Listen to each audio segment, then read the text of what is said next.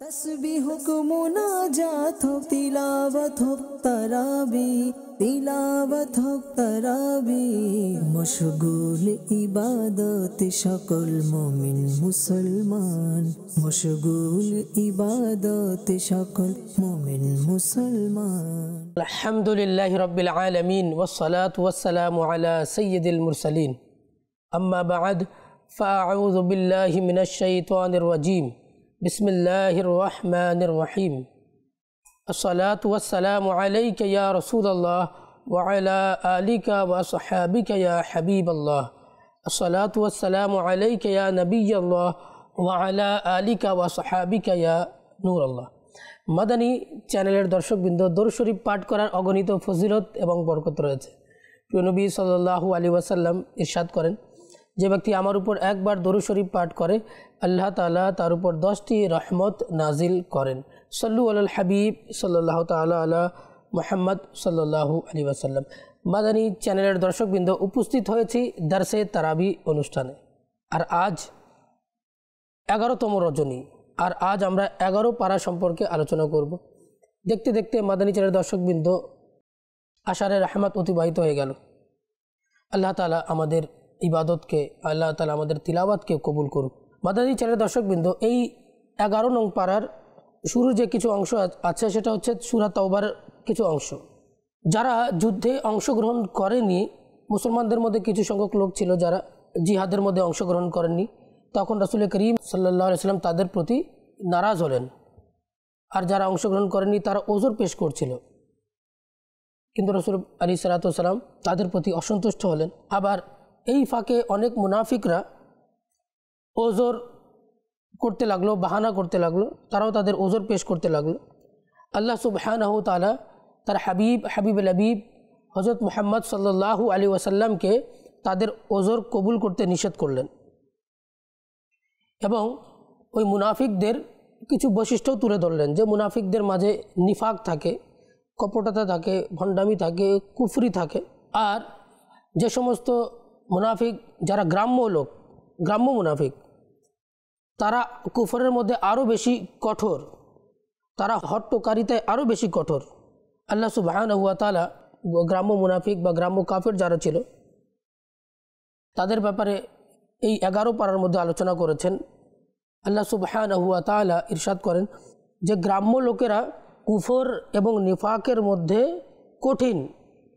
আল্লাহ ইয়ালামু হুদুদা মা আনজালাল্লাহু আলা রাসূলিহি, এবং আল্লাহ তাআলা তার রাসূলের উপরে যে আহকাম অবতীর্ণ করেছেন তারা সে সম্পর্কে অজ্ঞ, সে সম্পর্কে তারা মূর্খ। এজন্য তারা কুফর এবং হট্টকারিতায় অধিক কঠোর। ওয়াল্লাহু আলিমুন হাকিম, এবং আল্লাহ তাআলা সর্বজ্ঞ এবং প্রজ্ঞাময়। মাদানী চ্যানেলের দর্শকবৃন্দ, তৎকালীন গ্রাম্য লোকেরা কুফরের উপর খুব অটল ছিল, নিফাকের উপর খুব অটল ছিল। আবার যখন তারা আল্লাহর রাস্তায় খরচ করার বিষয় আসতো, তারা সেটাকে ট্যাক্স মনে করত, সেটাকে জরিমানা মনে করত। নাউযু বিল্লাহি মিন যালিক, আল্লাহ তাআলার পথে খরচ করাকে তারা ট্যাক্স মনে করত।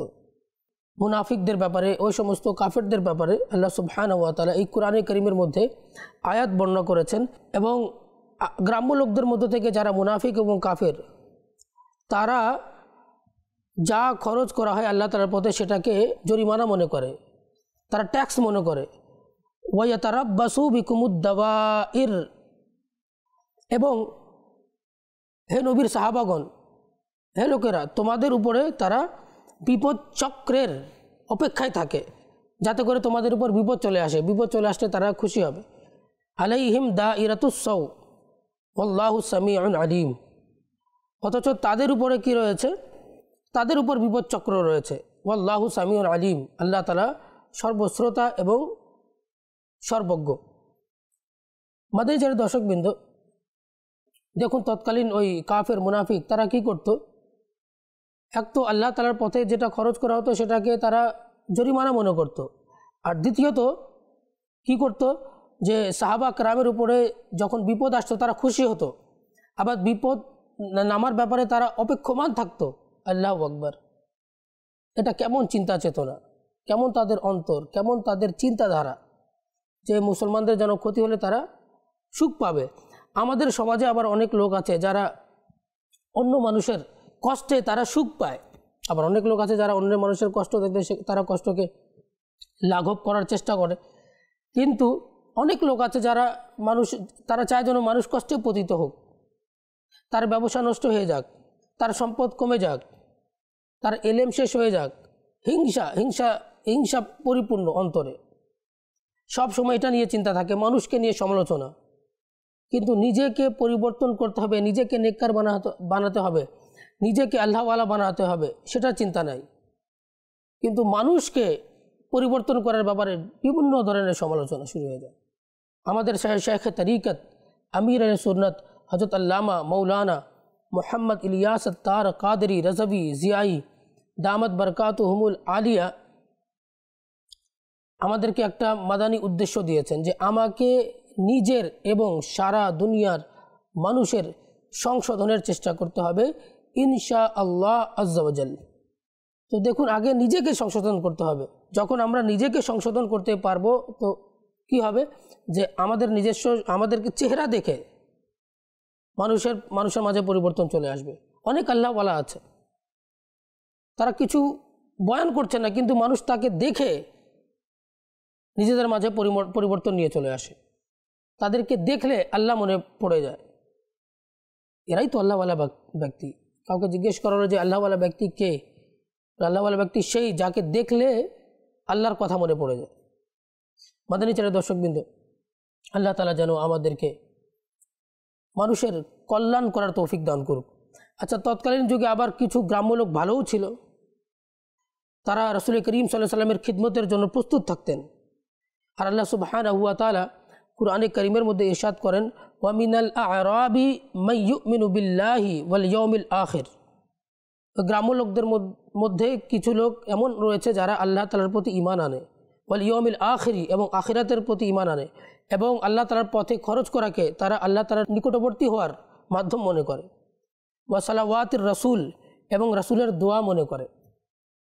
আলা ইন্নাহা কুরবাতুল লাহুম সাইয়ুদখিলুহুমুল্লাহু ফি রাহমাতিহি। অতি শীঘ্রই তারা যে নেকি করছে আল্লাহ তাআলা তাদেরকে কি করবেন? নিজের রহমতের মধ্যে প্রবিষ্ট করবেন। ইন্নাল্লাহা গফুরুর রহিম, নিশ্চয়ই আল্লাহ তাআলা দয়ালু, পরম করুণাময়। দেখুন, এই আয়াতে কারিমার মধ্যে বলা হচ্ছে যে ওই গ্রাম্য লোকরা রাসূল করিম সাল্লাল্লাহু আলাইহি সাল্লামের খিদমতের জন্য প্রস্তুত থাকতেন, প্রাণ উৎসর্গের জন্য প্রস্তুত থাকতেন, সম্পদ খরচের জন্য তারা প্রস্তুত থাকতেন, তারা আনন্দ চিত্তে খরচ করতেন। তারা আবার সেই সম্পদ খরচ করাকে জরিমানা মনে করতেন না। হ্যাঁ মাদানী চ্যানেল দর্শকবৃন্দ, এই সমাজে ভালো লোকেরও অভাব নেই। হ্যাঁ, মন্দ লোকও আছে, কিন্তু ভালো লোকেরও অভাব নেই। আল্লাহ তাআলা আমাদেরকে নেককারদের সংস্পর্শে থাকার তৌফিক দান করুক। মুনাফিকরা সব সময় মুসলমানদের ক্ষতি করতে চাইত।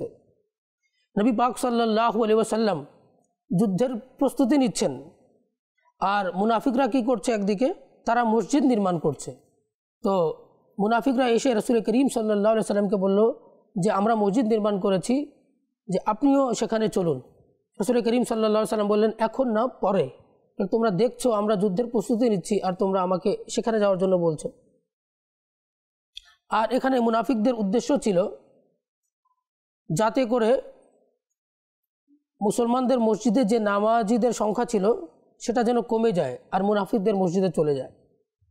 তারা এটা চক্রান্ত করেছিল। আর অথচ রাসূল করিম সাল্লাল্লাহু আলাইহি সাল্লামকে বলছেন, অনেক বৃদ্ধ লোক আছে যারা দূরে নামাজ পড়তে যেতে পারে না, আমরা চাচ্ছি যেন বৃদ্ধ লোকরা এখানে এসে নামাজ আদায় করে। কিন্তু আত্মিকভাবে, আভ্যন্তরীণভাবে তাদের চক্রান্ত ভিন্ন ছিল।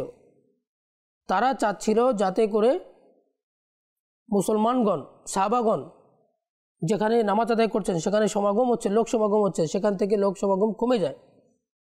আল্লাহ সুবহানাহু ওয়া তাআলা কুরআনে কারীমের মধ্যে আয়াত নাজিল করলেন যে ওয়াল্লাযীনা ইত্তাখাযু মাসজিদান দিরারান, যারা মসজিদে দিরার তৈরি করেছে। দিরার অর্থাৎ ক্ষতি করার জন্য, ক্ষতিকারক মসজিদ, মসজিদে দিরার তৈরি করেছে। ওয়া কুফরান, এবং কুফরের কারণে আল্লাহকে অস্বীকার করার জন্য তারা কি করেছে? মসজিদ তৈরি করেছে। ওয়া তাফরীকান বাইনাল মুমিনিন, এবং মুমিনদের মাঝে ফেরকা সৃষ্টি করার জন্য মসজিদ তৈরি করেছে।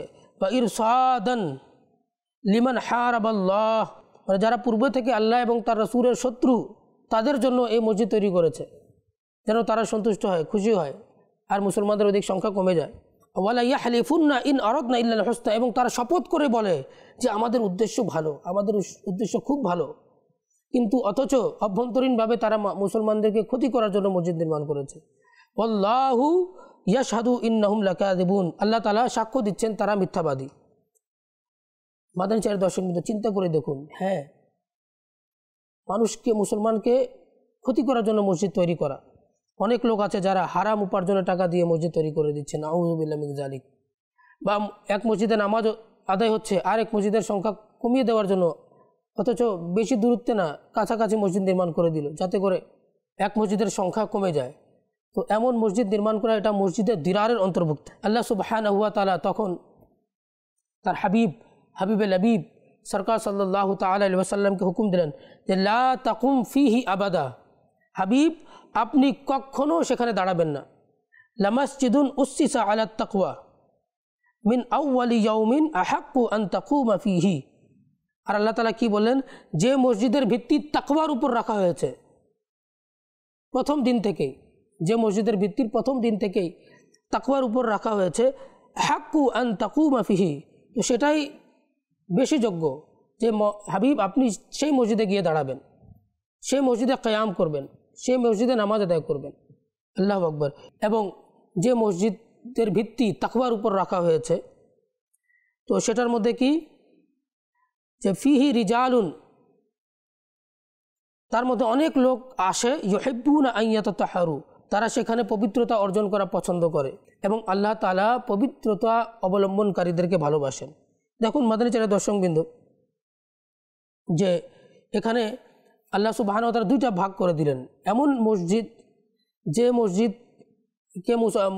এই জন্য নির্মাণ করা হয়েছে যাতে মুসলমানদের সংখ্যা অন্য মসজিদে যারা আদায় করছে তাদের সংখ্যা যেন কমে যায়, এমন মসজিদকে মসজিদে দিরার বলেছেন। আর যে মসজিদকে প্রথম দিন থেকে তাকওয়ার উপর ভিত্তি করে তৈরি করা হয়েছে, সেই মসজিদে রাসূল করিম সাল্লাল্লাহু আলাইহি ওয়াসাল্লামকে অবস্থান করতে বলেছেন, সেখানে কিয়াম করতে বলেছেন।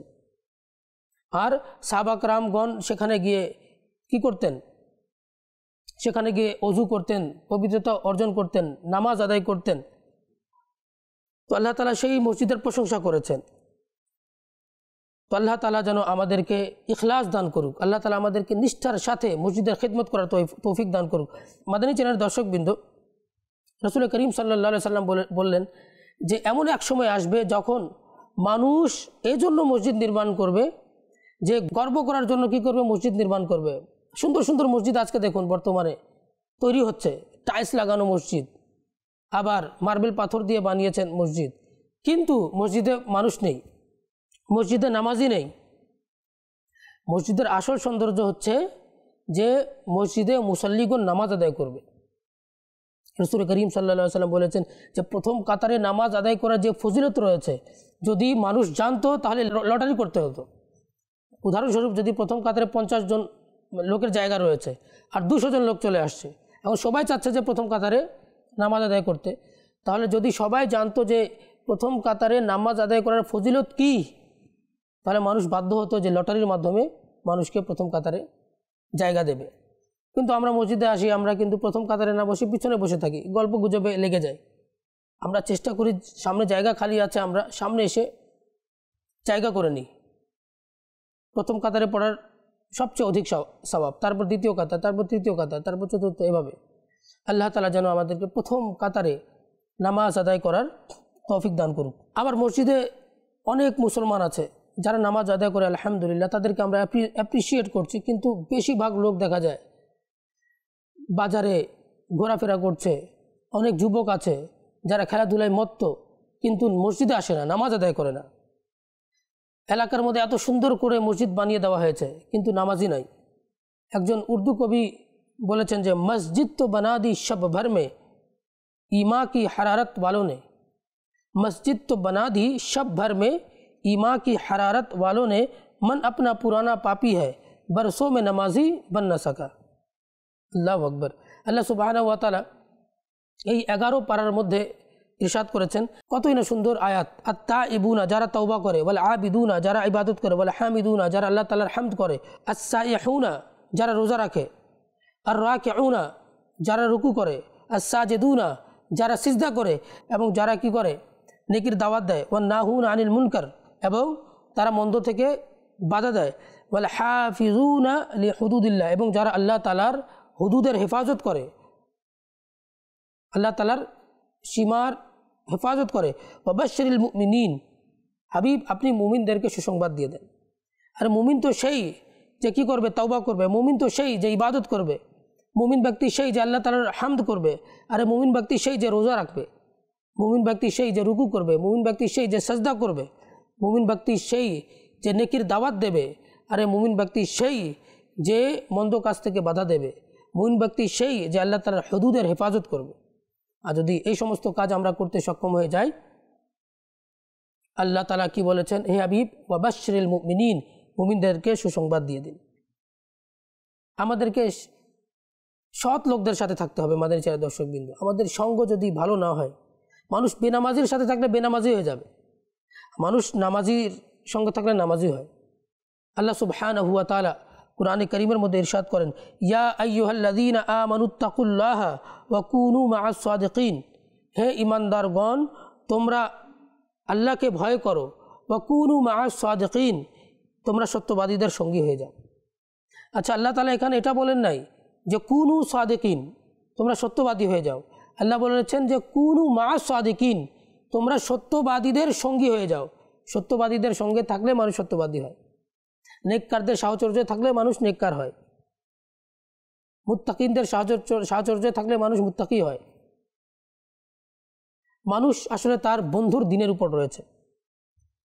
কেউ যদি মনে করে আমি বন্ধুর সাথে থাকবো আর আমি নেককারও হয়ে যাব, এটা সম্ভব না। মানুষের পরিচয় তার বন্ধুকে দেখলে বুঝে আসে যে সে কার সাথে উঠা বসা করে। আপনি মন্দ লোকের সাথে উঠা বসা করছেন, যদিও বা আপনি মন্দ কাজ করছেন না, কিন্তু মানুষ আপনার ব্যাপারে খারাপ ধারণা করবে। মানুষ আপনাকে মনে করবে যে সেও এই সমস্ত কাজকর্মে লিপ্ত হয়।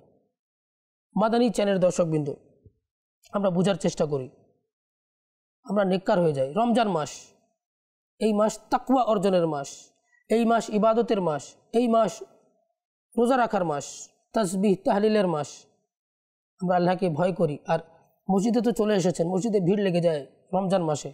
নিয়ত করুন যে মসজিদে তো চলে এসেছি, আর কোনো দিন নামাজ কাজা করব না, কোনো দিন নামাজ আমরা ছাড়ব না। কিয়ামতের দিন আফসোস করবে, আমি যদি তাকে বন্ধু না বানাতাম, যদি আমি তাকে বন্ধু না বানাতাম।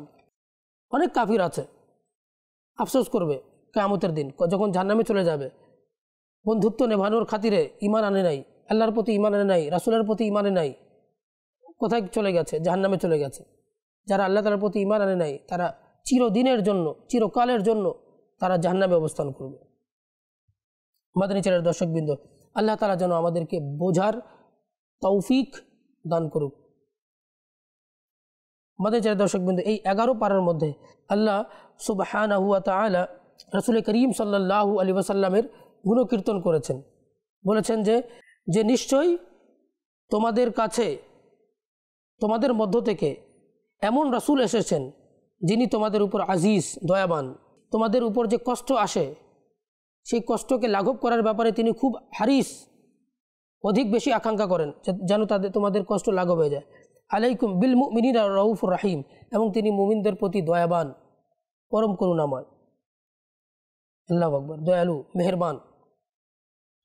মাদানী চ্যানেলের দর্শকবৃন্দ, দেখুন রাসূল করিম সাল্লাল্লাহু আলাইহি ওয়াসাল্লামের গুণকীর্তন করা হয়েছে। আলা হযরত রাহমাতুল্লাহি তাআলা আলাইহি কতই না সুন্দর বলেছেন, ওহি রব है जिसने तुझको हम तन करम बनाया, हमें भीख मांगने को तेरा आस्था बताया, तुझे हम्द है खुदाया, तुझे हम्द है खुदाया। একবার শেখ আবু বকর বিন আহমদ রাহমাতুল্লাহি তাআলা আলাইহির কাছে আবু বকর শিবলি রাহমাতুল্লাহি তাআলা আলাইহি আসলেন। যখন আবু বকর শিবলি রাহমাতুল্লাহি তাআলা আসলেন, তো শেখ আবু বকর বিন আহমদ সামনে গিয়ে তার কপাল চুমু দিলেন। লোকেরা অবাক হয়ে গেল আর জিজ্ঞেস করলো, হে শেখ আবু বকর বিন আহমদ, আপনি আবু বকর শিবলিকে এত বেশি সম্মান দিলেন, এত মর্যাদা দিলেন, কারণটা কি? তখন শেখ আবু বকর বিন আহমদ রাহমাতুল্লাহি তাআলা আলাইহি বললেন, গতকাল রাতে আমি স্বপ্ন দেখেছি। তো স্বপ্নে দেখলাম যে রসুল করিম সাল্লাল্লাহু আলাইহি সাল্লাম ইমাম শিবলি রহমতুল্লাহি তাআলা আলাইহিকে তার কপালে চুমু দিয়েছেন। আল্লাহু আকবার। আর আমি জিজ্ঞেস করলাম, ইয়া রাসূলুল্লাহ, ইয়া হাবিবাল্লাহ, আপনি ইমাম শিবলি রহমতুল্লাহি তাআলা আলাইহির কপালে কেন চুমু দিয়েছেন? কারণটা কি? কেন এত সম্মানিত করলেন? কেন এত সম্মান দিয়েছেন? তখন রসুল করিম সাল্লাল্লাহু আলাইহি সাল্লাম বললেন, এই শেখ ইমাম শিবলি প্রত্যেক নামাজের পরে এই আয়াতে কারিমা পাঠ করে। আল্লাহু আকবার। মাদানী চারা দর্শকবৃন্দ, আমরাও অভ্যাস করে নিই, প্রত্যেক নামাজের পরে আমরা যেন এই আয়াতে কারিমা পাঠ করি। আল্লাহ তাআলা আমাদেরকে মর্যাদা দান করবেন, আল্লাহ তাআলা আমাদেরকে সওয়াব দান করবেন। মাদানী চারা দর্শকবৃন্দ, রমজান মাস আমরা ইবাদতের মধ্যে লেগে যাই, কোরআন তিলাওয়াতের মধ্যে লেগে যাই, আর গুনাহ থেকে বাঁচার চেষ্টা করি। আমরা রোজা রাখলাম কিন্তু গুনাহ ছাড়ছি না, রোজা রাখলাম কিন্তু সেই চোখ দ্বারা গুনাহ, মুখ দ্বারা গুনাহ, গীবত, চগলখড়ি এরগুলোর মধ্যে লেগে আছে। কিভাবে হবে? আল্লাহ তাআলা যেন আমাদেরকে নেককার এবং পরহেজগার বানিয়ে দিক। মাদানী চারা দর্শকবৃন্দ, আজ এই পর্যন্ত। আগামীকাল আবার আপনাদের সম্মুখে আর এক পারা নিয়ে উপস্থিত হব। ততক্ষণ পর্যন্ত আপনারা ভালো থাকুন, সুস্থ থাকুন, মাদানী চ্যানেল দেখতে থাকুন। সাল্লু আলাল হাবিব সাল্লাল্লাহু তাআলা আলা মুহাম্মদ সাল্লাল্লাহু আলাইহি ওয়াসাল্লাম। तस्बीह को मुनाजात हो, तिलावत हो तराबी, तिलावत हो तराबी, मशगूल इबादत शकल मोमिन मुसलमान, मशगूल इबादत शकल मोमिन मुसलमान।